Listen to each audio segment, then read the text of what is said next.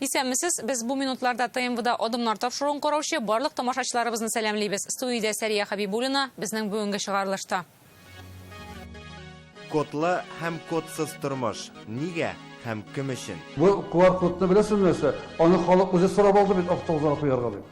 Мәшгуль хатын-кызлар күбрәк бала таба, ә кемнәр 30-га кадәр әни булырга ашыкмый. Күбрәк 30 яшьтән узганнан соң киләләр. Белем алалар, аннары карьера төзиләр. Залсыз һәм келәмсез. Россия төбәкләрендә көрәшчеләр көрәшне саклап калу өчен көрәшә. Безне топ тегендә, томында гел шулай торып күчереп йөрделәр. Үзе тарихны барлый, үзе бина сала. Кайбыштагы шәхси музей фонды республикага кирәкме? Халыкка кирәк ул. Шулай бугасын яны үлгәнче пока үземсә вакытта соңгы тиңемә кадәр исәпләп булса бар тутам. Әгәр дә һәр шимбәдә атнаның иң популяр сүзен билгели торган булсак, бу юл ул һичшиксез QR код булыр иде. Татарстан Дүшәмбедән Россиядә беренче булып, барлык төр җәмәгать транспортына код кертте. Нәтиҗәдә бу мәсьәлә ил буенча иң күп телгә алынган темага әйләнде. Әлеге карар моннан 2 атна элек үк республикада эпидемиологик хәлнең шактый катлаулы очрында кабул ителде һәм бу атнадан иң соңгы булып гамәлгә кертелде. Моңарчы күп кенә башка урыннарга керү өчен код кирәк иде инде. Ул чакта халык ни өчен кино залына яки кибеткә код кирәк, автобус салонында кеше бер-берсенә якынрак торган җирдә чара күрелми дип шаң сукты. Ишеттеләр. Шунда ки хәзер дәүләт думасы да Россия буенча җәмәгать урыннары һәм транспортның кайбер төрләренә QR код белән керү турындагы закон проектын карый. Ул тәкъдимнәрне белешү өчен төбәкләргә җибәрелгән иде. Шуңа күрә транспорт белән код мәсьәләсе барлык төбәкләрдә дә көн кадагына чыкты. Кабул ителгән карар транспортта кеше санын Татарстанда 20-30%-ка киметкән. Ул вакцина ясаучылар санын да тиешле дәрәҗәдә сакларга ярдәм итте. Бу атнада көн саен уртача 17 мең кеше прививка ясаткан. Республика штабы прививканың беренче өлешен ясаткан кешеләрнең хәленә керде. Җомгадан алар да кодлы булды. Уртача саннарны алып карасак, 3 атнада якынча 300 мең кеше вакцинаның беренче дозасын алган. Димәк, шуның кадәр кеше хәзер транспортта йөри алачак дигән сүз. Иртәнге сәгать 8 шәһәр уяна һәм әлбәттә инде иртән торгач үз транспорты булмаган кешеләр кая ашыга? Ул әлбәттә инде тукталышлар, ягъни җәмәгать транспорты. Бу атнадан җәмәгать транспортында бары тик QR кодлар белән генә йөрергә мөмкин. Әлеге чикләүләр республиканың барлык җәмәгать транспортына кагыла. Яңа үзгәрешләргә бәйле рәвештә мин бүген Арча районына юл тотам. Минем белән Казан шәһәренең урамнарын әйләнербез. Киттек? Киттек.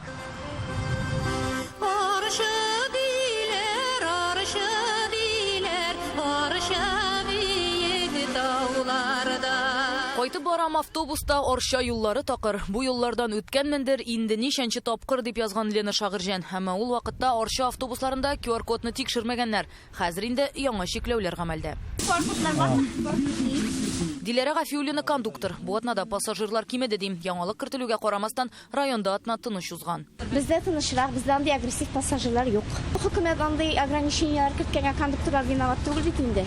Без бит инде үзебезнең вазифаларны үтибез. Арча шәһәре буйлап 4 автобус йөри. Рейслар санын киметмәгәннәр. QR кодны ишектән үк тикшереп кертәләр. Без хәзер Арчадагы маршрут автобусларының берсендә ул көненә 11 рейс ясый. Гадәттә бу вакытта, менә хәзер сәгать 12 ярты, Арчадан Айванга баручы автобуста, Айваннан Арчага баручысында да халык шыгрым тулы булган. Бүген исә без район үзәгенә 3 пассажир белән барабыз. Казанда без 10-нчы А автобусына утырдык. Бу халык иң күп йөри торган маршрутларның берсе. Ул 48 җирдә туктый. Бу маршрутта без 7 тукталыш уздык һәм бу вакыт аралыгында автобуска якынча 10-нан артык кеше кирип чыгып китте. Безнең күзәтүләребез һәм кондуктор сүзләренә караганда да бер кешене тикшерү өчен якынча 3-тән алып 5 минутка кадәр вакыт китә. Моны кондукторлар таратылган смартфоннарның озак эшләве белән бәйли. Әле билет сатарга да өлгерергә кирәк. Конечно, это сложновато. Барысы артыннан да өлгерү кыен. Алгы ишектән кирип, артка китеп барырга яисә арткысыннан кирип, алга басарга мөмкиннәр. Кайсы кайда икәнне истә калдырып булмый бит. Районда алай качышлы уйнамыйлар. Кешедә аз, бер-берсен таныйлар да. Хәйләнәшәбез инде. Әле безнең монда Арча тирәсендә бер-беребезне таныймыз. Водительләр таный, кондукторлар таный, как-то безгә җиңелрәк кажется. Минем QR кодым күптән бар инде, миңа бер проблемасы. Но безнең сәламәтлек өчен дип беләм инде мин аны. Менә авыручылар бар, шикаятьләр, каршы итәләр, масканы кимәүчеләр бар. Казанда бу атнада пассажирлар саны 30%-ка кадәр кимеде. Беренче көнне бәхәсле очраклар да булды. Бер кондукторның борынын сындырдылар, икенчесенең йөзенә бурыч балончыгыннан сиптеләр. Әмма көн саен хәл тотрыклана барды. Әйтик, без автобуста барган сәгать эчендә 10-нчы А маршрутыннан бер генә кешене төшереп калдырдылар. Нормально, Birinci günü güne olun o şarıydı. Bakar kişi yerleşkensi, daha bir atnadan vapşınlık yoksu bulaşak.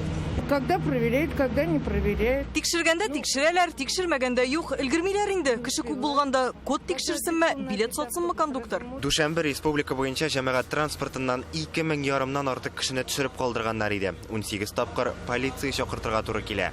Көн сайын бу ситуация рәткә керә башлады. Инде икенче көнне 1000-нән кимиде. QR-кодсыз кешеләр, хәзер инде менәләр 700-дән дә чак кына артык. Икенче көнне полицияны 5 мәртәбә генә чакырсак, кичә менә әйтик, бер генә мәртәбә шундый хәл булды.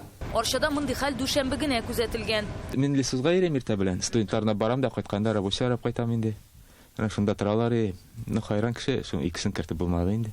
Эшкә бара торган кешеләр инде, безне бәя постоянно йөриләр ялар. Хәзер исә коды булмаучылар автобус янына килми дә. Ничек кайтырга кирәк үзгә һәм әвергә электричка нәрсәле электричка чыга кирәк менә ничек кайтырга. Мин хәзергә кодым юк, менә нишемен инде. Казанда QR-коды булмаган пассажирлар өчен махсус дустыңны илтеп куй дип аталган хәрәкәт барлыкка килде. Аңа машина йөртүчеләр дә, пассажирлар да кушыла ала. Әгәр дә тукталышта битлеген киеп, кулын күтәреп торган кешене күрсәгез, яки кызыл пакет тотканнарны күрсәгез, алар шушы хәрәкәттә катнашучылар дигән сүз.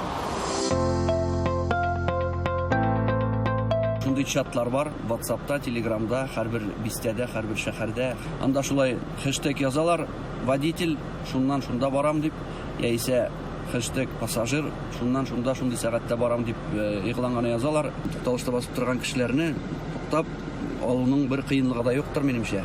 Арчада исә QR-коды булмаган халык автобусларга керә алмагач, такси хезмәтеннән файдаланырга мәҗбүр.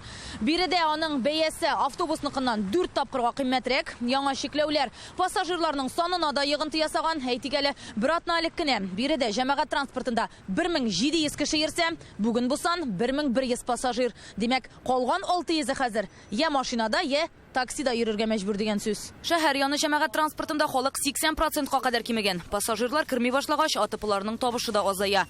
Чикләүләргә кадәр шәһәр эчендә 25 сумнан көненә 1100 кешедән 32 мең сум акча җыйсалар, хәзер бу сан 20 меңгә калган. Миңа без аптырамын. Бу инде ил белән килгән әйбер, кемдән дә сүгеп тә булмый. Менә инде безнең президентыбыз күтәргән икән шундый вопросны, ул менә дөрес дип саныйм. Арчада үлемнәр дә бик күп булды. Мөхәлләдә юк түгел бару, шуңа күрә сакланырга кирәк. Аны халык үзе сорап алды бит автобусларга куярга дип. Рәсми күпме жалоб аласызлар. По данным перевозчика, да. Транспорт оешмасы мәгълүматлары буенча QR-кодка кадәр булган пассажирларның 3тән 1-ен югалтканнар. Бу район бюджетына зур йогынты ясамый ясавын. Бездә вакцина ясау темплары югары. Шуңа якын киләчәктә пассажирлар артыр дип уйлыйбыз. Атна ахырына пассажирлар кимү күрсәткече 23%-ка кала. Алга таба йөрүчеләр саны артачак диләр. Табышын югалткан предприятиеләргә хәзер ярдәм әзерләнә. Без монда методология үзебездә ясап маташабыз. Ничек иттереп аларга анысын булышырга. Но иң беренче, конечно, менә принципиальный шушы куелган эшне эшләргә кирәк безгә. QR-код юк икән, автобуска керә алмыйсың. Ярани, ничек хәлләр? Гомумән алганда Арчада вазгыять тыныч, пассажирлар саны кимегән кимүен, әмма булганнары да QR-кодлар турындагы яңалыкны тыныч кабул итә. Синең хәлләр ничек? Казанда инде шулай ук төрле фикерләр бар, ләкин тулайым алганда вазгыять тотрыкланган дип әйтергә мөмкин. Гомумән атна нәтиҗәләре буенча Татарстанның министрлар кабинеты әлеге күрсәтмәгә үзгәрешләр кертте. Хәзер җәмәгать транспортында вакцина ясаткан һәм аны ясатырга ярамаганлык турында медицина белешмәсе коды булучылар гына түгел, тагын өстәмә категория гражданнар да йөри алачак. Вакцинаның беренчесен ясаткан кешеләргә дә хәзер QR-код бирелә, ул 24 көн гамәлдә була, һәм шулай ук вакцинаның бер компонентлысыңны ясаткан кешеләр дә махсус кодка ия булачак. Рания Абдрахманова, Илгиз Шәкүров, Вадим Илларионов, Игорь Романов, Марат Зайдуллин, Яңа гасыр каналы. Бу атнада Марий Эл Республикасында яшәүче милләттәшләребез мөһим мәсьәләне күтәрде. Алар төбәктәге бердән-бер милли спорт түре көрәшкә игътибарның кимүен әйтә. Үз хатларында татар көрәшен үстергә шартлар булмавы һәм моңарчы күнегүләр ясаган залдан чыгарып, бу спорт төре өчен бөтенләй туры килмәгән урын билгеләнү турында хәбәр иттеләр. Хәзер шөгыльләнә торган урыннары тәрәзә янындагы коридор булып чыкты. Көрәшче тәрәзәдән кайчан чыгып очармын икән дип уйлаганда, чынлап көрәшә аламы? Бу махсус шулай эшләнәме, әллә инде кемнеңдер гаяти битарафлыгы яки хәлне белеп җиткермәү аркасында гынамы? Хәлне бар яклап ачыклау өчен Фәйрүзә Мәҗитова яшь каралага юл тотты. Мариил көрәшчеләре Яшкараланың менә шушы юбилейный сәламәтләнү үзәгендә шөгыльләнә. Моңарчы 4 елга якын әлеге бинаның цоколь катында күнегүләре үткән. Быелның октябрендә аларга әлеге бинаның 2нче катында инлеге 3,5 метр, озынлыгы 20 метрга җиткән урын тәкъдим итәләр. Ләкин бу урын көрәш белән шөгыльләнү шартларына туры килми. Көрәш таләпләре үтәлмәү бер хәл, бу залда сәламәтлеккә зыян килергә мөмкин. Бил алышканда көрәшчеләрнең я диварга килеп бәрелүе, я тәрәзәдән чыгып очуы да ихтимал. Бу Мариилның көрәш федерациясе төшереп җибәргән кадрлар. Біз спортчыларга бирелгән залны кереп карый алмадык, чөнки төшерү төркемен анда кертмәскә кушылган булып чыкты. Не можем вас пропустить. А кто, какое распоряжение? Директор. Кертмәүнең сәбәбен төбәкнең спорт министры булай аңлата. Көрәш буенча тренер Гарипов Илдус Нәҗип улы ялда, үзәкнең директоры әлегә билгеләнмәгән. Шуңа күрә министрлык сезгә бинада спортчылар шөгыльләнә торган залларны видеога төшерергә рөхсәт итми. Мариилда татар көрәше буенча бердән-бер остаз Илдус абый Гарипов. Мариил республикасының ат казанган тренеры ул. Бүген республика командасындагы 5 көрәшчене ярышларга әзерли. Тик 2 елlik 4 ел буе шөгыльләнгән залдан санитар таләпләргә туры килми дип чыгаралар. Акча түләй торган группаларны анда керттеләр инде. Самый главный монда акча. Монда акча түлиләр. Аларга условияны яхшырак бирәләр, чем безгә караганда инде. Менә шуларның төбендә. Безне тот тегендә, томында гел шулай итеп күчереп ирделәр. Безгә иң җайсыз вакытлар бирә торганнары, иң соң вакыт менә сәгать 8-тән, сәгать 9-тан, 10-нан. Хәзер залсыз ук калдык диләр. Мариилның көрәш федерациясе җитәкчесе төбәктәге түрәләргә бер генә мөрәҗәгать итмәдек. Хәл ителми ди. Отдел физической культуры и спорта Республика Мариилның Лидия Анатольевна заместительна язып җибәрдем. Мен әйтәм, сез безгә мондый залны ник бирдегез? Бу зал мен әйтәм көрәшкә ярамый иш. Тулай. Шуннан соң, WhatsApp-тан переписка барды инде, потому что официально обращаться итмибез. Без алар белән шундый контактта торадырыйк. Ул миңа язып җибәрде, что шул зал сезгә ярый, сездә 5 кенә кеше көрәш белән шөгыльләнә. И шуннан ответный реакция миңа булмады. Җирле җитәкчеләрнең урынны көрәшче санына карап кына бирүе милли спорт түрен саклау һәм үстерүдә сыйфат түгел, сонны алга сөрү була түгелме соң? Бу сорауны без төбәкнең спорт министрына юлладык. По данному вопросу федерация не обращалась. Бу проблема буенча республиканың көрәш федерациясе безгә рәсми рәвештә мөрәҗәгать итмәде. Без үзебез тикшердек. Әлеге коридор тибындагы залда спортчылар тренер булмаганда үзләре кереп шөгыльләнгән. Бу урынны аларга тәкъдим итүче булмады.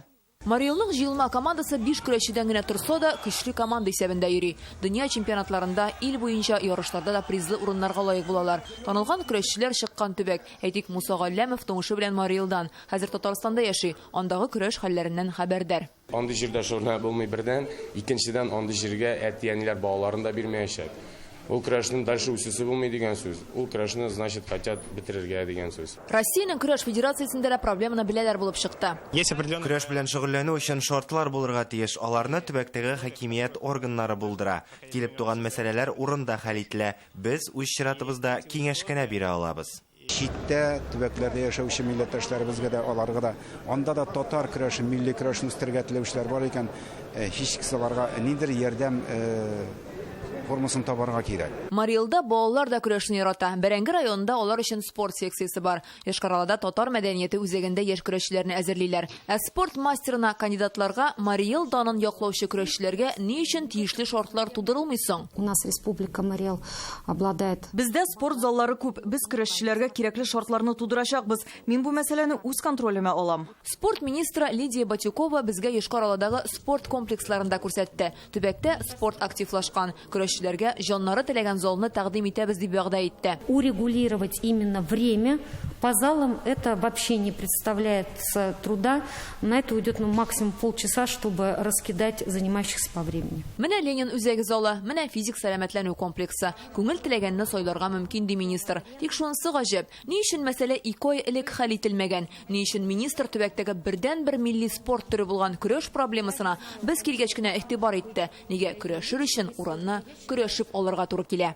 Фируза Мәҗитова, Ленар Хуҗа Әхмәтов, Илшат Мөхәммәтов, Яңа гасыр каналы.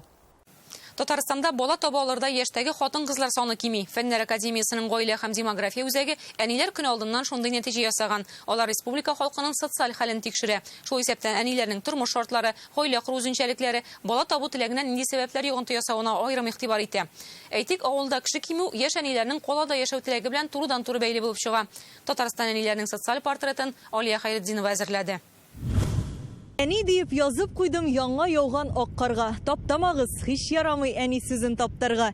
Әниләр турында җырлар, шигырьләр, әсәрләр күп язылган. Язучылар аларның сабыр хылкына, тәмле ашына, җылы кочагына мәдхия җырлый. Әмма бүген сүз башкачарак барачак. Безнең әниләребез кайда яшисең? Шәһәргә омтылалармы, яисә инде авыл тормышларны күбрәк кызыксындырамы? Әниләрнең уртача яше күпме? Алар яшьтән бала үстерергә ашыгалармы, яисә инде башта үзем аякка басыйм диләрме? Балалар менә шушылай эшләгәндә күңелле инде ул. Әйдәгез әле бергәләшеп ашатып алыйк әле сыерларны. Бүген Латыйповлар хуҗалыгында 130 сыер бар. Эш автоматлаштырылган булса да бергәләп көч куялар. Минсина ханым 4 бала әнисе. Беренчесен 21 яшендә таба, төпчеген 43-тә. Икесен мин белми дә калдым ничек үскәннәрендә. Эш белән мәшгуль булдык. 3-нче, 4-нчеләре инде бик ни булды инде. Аларын инде бераз карап жаратып үстердек инде менә. Шушылай иттереп авыл хуҗалыгында бергә эшләгәндә безнең инде авырып торырга да вакыт юк. Гел эштә инде без. Гаиләдә балалар саны аналарның мәшгульлегенә бәйле икән. Фәннәр академиясының демография үзәге шундый нәтиҗә ясый. Соңгы 5 елда шәхси хуҗалыгы булган хатын-кызлар баланы күбрәк таба башлаган. Бу авылда, шәһәрдә башкачарак. Җитәкче, өлкән белгеч хәрби мәдәният өлкәсендә эшләүче гүзәл затлар гаиләне ишәйтергә ашыкмый. Мәсәлән, соңгылары 2014 елда 10 меңгә якын бала тапса, 2019да бу сан 1/1 ким. Ничек бала таптың, ничек хәлләрең дидем. Мине хәзер өстеннән трамвай үтсә дә миңа барыбер. Танылган алып баручы Гөлназ Сәфәрова кичкенәдән минем бер бала һәм ул малай булачак дип йөргән. Шулай булып чыга да, тормышта үз урынын тапкан, яраткан эше һәм шөгыле булган кеше ул. Тик бала санын карьера белән бәйләргә ашыкмый. Әгәр сезнең гармонда туясың икән, әгәр дә сиңа бер бала белән рәхәт икән, бер бала белән дә бәхетле булу шул, бәхетле булу, гаиләнең бәхетле булуы бала саны белән беренче бәйле түгел. Шуңа күрә минем карьерамның уңышлы баруында, эшемнең уңышлы баруында аның да өлеше бик зур. Тагын бер нәтиҗә. Татарстанда бала таба алырда яшьтәге хатын-кызлар саны кими. Бүген иң зур категория 30-34 яшьлек әниләр. Аларның 84% шәһәрдә яши. Бу 90-нчы елларда бала табучылар саны кисәк кимү белән бәйле ди белгечләр. Мы ожидаем только снижение доли. Якын киләчәктә бала таба алырдай хатын-кызлар саны кимиячәк кенә. Бу 1980 елларда туганнарның репродуктив функциясе төгәлләнүе, 2023 елда 35-44 яшьлек хатын-кызлар саны артуы белән бәйле. 2043 елга кадәр 20-24 яшьлек әниләр саны артуын көтәбез. Бу 2012-16 елларда булган бәби бум белән бәйле. Татарстанда беренче тапкыр әни булганнарның да яше арткан. Хатын-кызлар беренче тапкыр бала табырга безнең роддомга күбрәк 30 яшьтән узганнан соң киләләр. Социаль проблемалар белән бәйле булырга может. Белем алалар, аннары карьера төзиләр. Рәхәтме? Кысылып утырып. Татарстанның ат казанган җырчысы Ландыш Нигъмәтҗанова 4 бала әнисе. Беренчесен 25-тә тапса, 4-нчесен 37-дә. Россия төбәкләренә күз салсак, хатын-кызлар уртача 25-29 яшьтә тәүге тапкыр әни була. 40 яшьтән соң бала табучылар аз. Иң яшь әниләр Чечняда, иң өлкәннәре Ингушетиядә теркәлгән. Балалар тапканда да декретта утырганым юк. Утырганым булмады. Шулай туры килгәндер инде. Контрактлар белән дә эшләгән вакытлар булды. Шуңа күрә параллель рәвештә җырлыйбыз да, эшлибез дә. Балалар да карыйбыз. Как ваше настроение? Әниләрнең күбесе хәзер шәһәрдә яши. Шул рәвешле белгечләр авылдагы яшь гаиләләргә социаль ярдәм программаларын арттырырга киңәш итә. Чүпрәле, Питрәш, Биектау районнарын өйрәнгәннәр. Бер балалы яшь әниләр саладан китү ягын кайгырта һәм китә дә. Тик авылда вакытта икенче балалары туса, гаилә монда төпләнеп кала. 2 бала әнисе Альбина Шихапова бу фикер белән килешә. Икенче кызыбыз туу белән андый уйлар бөтенләй таралды. Мәктәпкә эшкә урнаштым. Үз урынымны, тормышта үз юлымны таптым. Һәм нәтиҗәдә мин үземне нәкъ менә авыл җирлегендә бәхетле дип саныйм. Бүген Татарстанда тәүге тапкыр әни булганнарга уртача 30 яшь. Алар күбрәк шәһәрдә яши, белем алырга омтыла, карьера төзи. Алдагы елларда әниләрнең саны кимиячәк, димәк, балаларның артуын да көтмибез. Күрсәткечләр 20 елдан соң гына үзгәрергә мөмкин. Алия Хәйретдинова, Данил Филатов, Яңа Гасыр каналы. Ул Кайбышның Хуҗа Хәсән авылын тарихлый итә һәм халкыбызның төрлелеген киләчәк буыннарга тапшыру өчен тырыша. Районда яшәүче тау ягы татар керәшеннәре музеен булдырган шәхес Вячеслав Данилов 84 яшендә шундый мәшәкатьләр белән йөри. Архивларда казына, экспонатлар җыя, улы белән бергә музей бинасы сала. Әлегә бу шәхси музей гына. Вячеслав Данилов аны Татарстан милли музееның филиалы итмәкче. Еллар узгач тарихи үзәкнең ишекләре ябылмасын, экспонатлары таралмасын өчен. Тик ни өчен музейга яңа статус бирү шактый четерекле мәсьәлә булып чыга. Гөлназ Сайфетдинова репортажы. Киләчәк буынны тәрбияләү искә алып, бабайларның әйткән сүзләрен үтәү өчен мен шушы музей минем улым белән бергә салынды инде ул. 2 катлы өр-яңа бина әле 1 ел элек кенә ачылган. Экспонатларны төзелеш барган вакытта ук авыл халкы китерә башлый. Аларны Вячеслав Данилов туплап бара. Монда көнкүрештә, төзелештә, кырда кулланган эш кораллары, бу җирлектән чыккан күренекле шәхесләрнең фотолары, алар турында мәгълүмат та бар. Карарга күрше-тирә авыл халкы, мәктәп укучылары, кунакка кайтучылар килә, ди Вячеслав Данилов. Минем әтидә бар икән монда, минем абыем да бар икән дип, менә шушы сугышта катнашкан фоторәсемнәрен үзенең туганнарында табалар. Ул безнең тарихы, безнең татар керәшен халкы тарихы белән таныштырырга була. Безнең мәктәпкә якын урнашкан. Бу туган якны өйрәнү музее гына түгел, монда керәшеннәрнең татар халкының бер төркем икәне яхшы күренә, ди Вячеслав Данилов. Республикада тау ягы керәшеннәренә багышланган башка музей да юк. Ул монда пыяла витриналар урнаштырып, Мәскәүдәге борынгы актлар архивыннан тапкан язмаларның күчермәләрен куярга хыяллана. Ул тарихи язмаларда күрсәтелгән кайчан чукындырылган. Шукындырганчы нинди исемдә без булган. Моны бит безнең авылныкы гына түгел, күрше авылларныкы да миндә бар ул. Аны бит халык килгәчнең әле кичә генә знаю, мин бит татар түгел, мин бит әле татарга ислам дине кергәнче керәшен булган дип әйтүчеләр шуннан инанып кайтып китәләр. Керәшен татарлары түгел, татар керәшеннәре дип әйтелергә тиешбез, ди Вячеслав Данилов. Бу нисбәттән җәмгыятьтә фикерләр төрле. Әйтик, галимнәр, тарихчылар чыганакларга таяна. Керәшеннәрнең аларның тегерүчекләр бит әле поиск идентичности дип әйтмә. Анда да төрле фикерләр бар.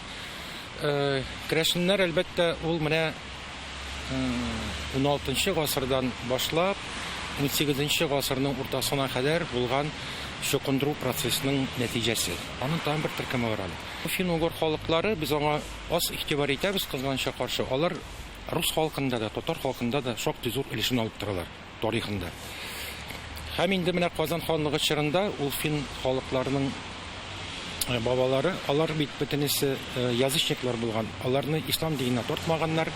Һәм менә чукындыру процессы башлангач, менә шушы татарлашкан фин-угыр халыкларын аларны тиз арада гына чукындырып аталар.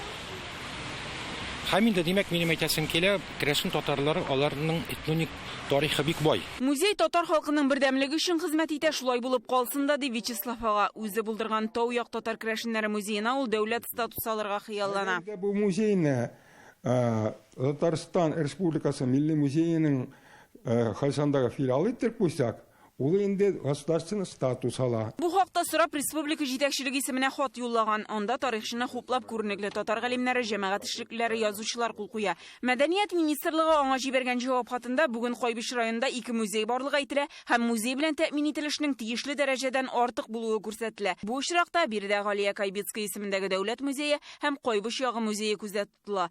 Данилов музеендагы экспонатларны яңа төзелгән бинадан Казандагы Яков Емельянов яки җырчы Җәкәү исемендәге мәдәният үзәгенә күчерергә тәкъдим итәләр. Мин да экспонатларны Емельяновның выставочный залына бирәм икән. Монда экспонат музей булмый бит инде ул. Шулай булсын, ябыгыз дигән сүз булды бит бу. Җырчы Җәкәү мәдәният үзәге 2019 елдан эшләй. Керәшеннәрнең милли мәдәни үзенчәлекләрен саклап калу юнәлешендә көч куялар. Төрле районнарның мәдәният айлыклары уздырыла, алар үз экспозицияләре белән килә.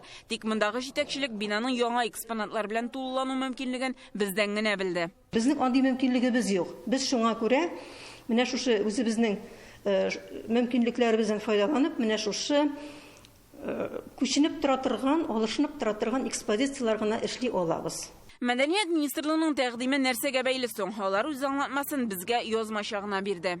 Татарстанда яңа музейлар булдыру, Татарстанда музейлар һәм музей эше турындагы закон, шулай ук министрлар кабинетының 2024 елга кадәр иҗтимагый инфраструктура, социаль хезмәт күрсәтүләр белән тәэмин ителешнең социаль гарантияләре дәрәҗәсен билгеләү турында карары нигезендә гамәлгә ашырыла. Аның буенча 2024 елга кадәр мәдәният учреждениеләрен бюджет акчаларына төзү рөхсәт ителми.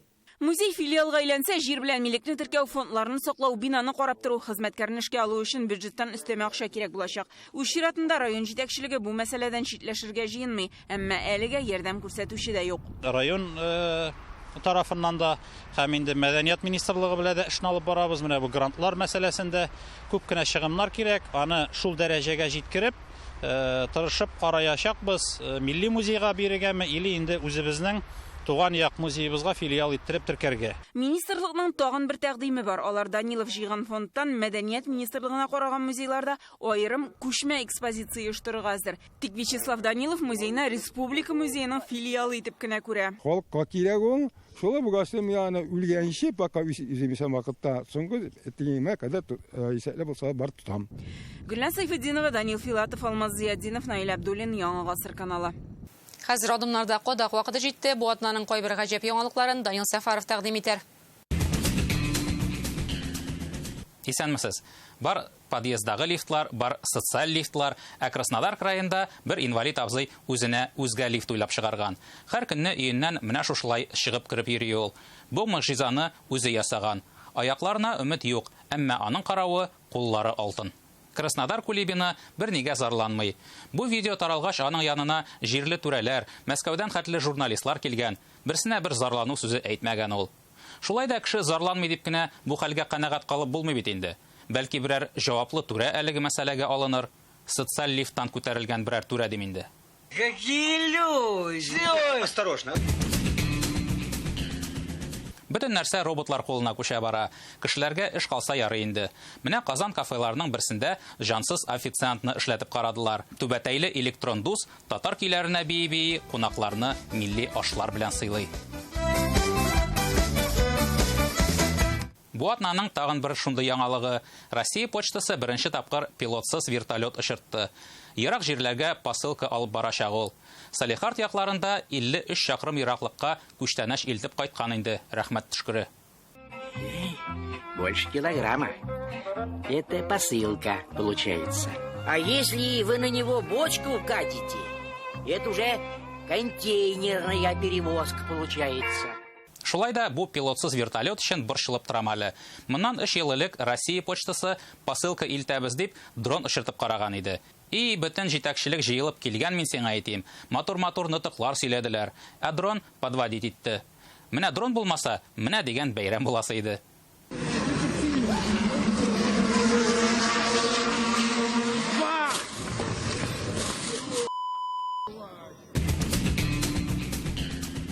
Калифорниядә инкассатор машинасыннан юлга акчалар кыелган. Бик күп мәзәкләрдә, хыялларда булган, кемнәрнеңдер бәлки төшләренә кергән хәлдер бу. Кешеләр машиналардан чыгып шатлана-шатлана акча җыя башлаганнар. Бүген болай гына шатланырга мөмкинме инде? Әлбәттә, шатлануыңны һичшиксез социаль челтәрләргә элергә кирәк. Шулай иткәннәр дә. Әмма бу әкияти хәл хэппи энд белән тамамланмый. Хэппи энд белән тамамлана. Видеодагы бөтен кешене диярлек полиция кулга алган.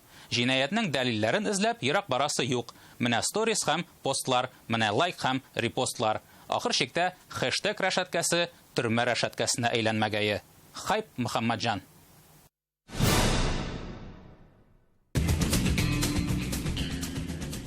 Бүгенге тапшыру тәмам. Үзебезнең иҗат төркем исеменнән барлык әниләрне бәйрәм белән котлыйбыз. Сау-сәламәт булыгыз. Эфирда бер атнадан очрашырбыз.